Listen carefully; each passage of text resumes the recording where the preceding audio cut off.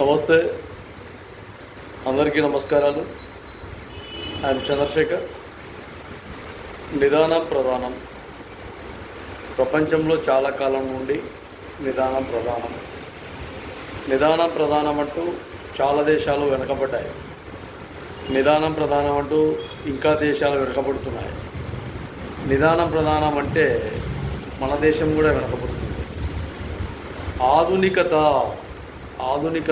ఆధునికమైన ఆలోచనలు, ఆధునికమైన పద్ధతులు, ఆధునికతతో ముందుకెళ్ళడం. ఇవి గమనిస్తున్న ప్రతి ఒక్కరూ కూడా ఎంత ఆధునికతతో ముందుకెళ్తున్నామో అలాంటి వాక్కు చాతుర్యాన్ని కూడా ముందుకు తీసుకెళ్ళాలి.